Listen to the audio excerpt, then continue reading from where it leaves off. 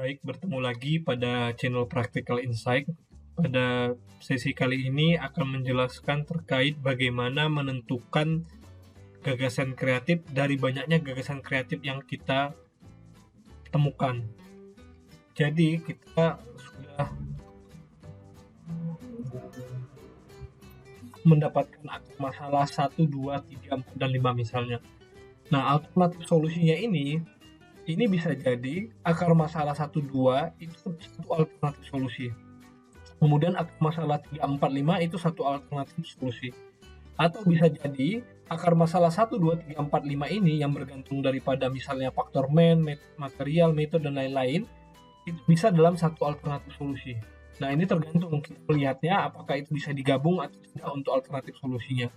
Nah, kemudian dari alternatif solusi tersebut, kita buatlah gagasan kreatifnya yang bisa mencakup solusi dari yang kita buat. Karena alternatif solusi ini adalah bagian dari nanti akan keluar jadi kegiatan dari gagasan kreatif. Karena dari gagasan kreatif akan keluar kegiatan. Nah, kegiatan itu adalah alternatif solusi yang kita ajukan. Nah, namun kadang-kadang ada alternatif solusi itu yang memang tidak bisa dalam kendali kita, tidak in control, karena mungkin kita tidak punya wewenang untuk mengendalikannya. Misalnya kita tidak punya anggaran, atau kita tidak punya wewenang untuk menilai kinerja pegawai ASN lainnya, seperti itu. Atau bisa jadi karena waktu aktualisasi 30 hari, kita nggak akan bisa menyelesaikan permasalahan ini dengan alternatif solusi itu, karena waktunya yang terbatas. Nah, makanya nanti jika kita di judul gagasan kreatifnya itu ada banyak judul yang kita lakukan untuk menyelesaikan alternatif solusi ini, untuk menyelesaikan alternatif seluruhnya ini, misalnya dari semuanya ini kita mengajukan menyelesaikan semua isu melalui alternatif solusi 1, atau kita menggunakan gagasan kreatif kedua, hanya menyelesaikan akar masalah 1-3, atau kita memilih gagasan kreatif ketiga, menyelesaikan alternatif solusi 1, 3, dan 5, seperti itu. Nah, kita mau melihat nih dari misalnya gagasan kreatif itu mana yang bisa relevan, yang positif, in control, dan smart. Nah, ini ada dua tools yang bisa kita gunakan untuk menentukan prioritasnya. Nah, yang pertama kita bisa menggunakan metode McNamara namanya. Jadi berdasarkan efektivitas, efisiensi, dan kemudahan. Jadi misalnya kita punya gagasan kreatifnya ini ada 4. Nah, kita kasih bobot skala 1-5.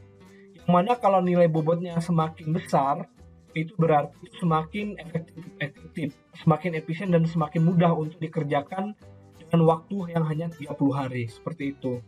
Dan biaya yang kita keluarkan tidak banyak. Nah, dari sini setelah kita bobotkan, ternyata yang paling prioritas itu adalah kita bisa menggunakan gagasan kreatif yang keempat, karena dia itu lebih efektif, efisien, dan lebih mudah.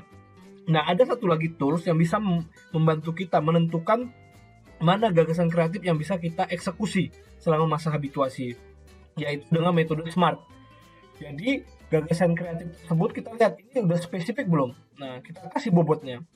Kemudian measurable belum, ini terukur nggak ini yang kita lakukan ini, bisa diukur nggak, terus achievable nggak. Nah, kira-kira ini bisa kita capai nggak dengan masa habituasi dalam 30 hari ke depan. Lalu realistis nggak buat kita untuk mengerjakannya, atau jangan-jangan itu realistis karena ini mungkin bukan tugasnya kita, tapi tugas guru lainnya atau kepala sekolah misalnya. Lalu time base kita lihat berdasarkan waktu ini mungkin nggak diselesaikan dalam waktu 30 hari.